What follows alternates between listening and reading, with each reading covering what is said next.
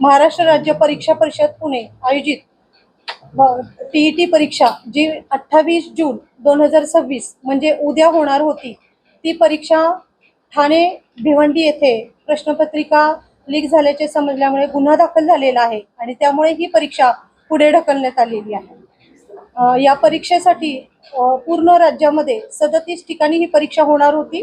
37 ठिकाणी 1728 केंद्र होते। 6,01,25 उमेदवार या परीक्षेसाठी प्रविष्ट झालेले होणार होते, परंतु आता ह्या गोष्टी झाल्यामुळे ही परीक्षा पुढे ढकलण्यात आलेली आहे।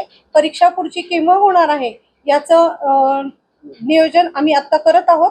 पुढची तारीख लगेचच कळवू आम्ही। साधारण किती दिवस लागतात परीक्षा कंडक्ट करायला?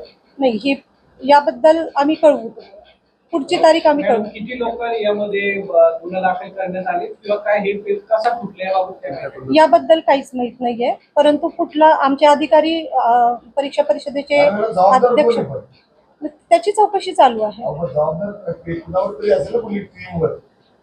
याची चौकशी अंती निष्पन्न होईल। 3 लोकांवर गुन्हा दाखल झालाय असं समजतंय।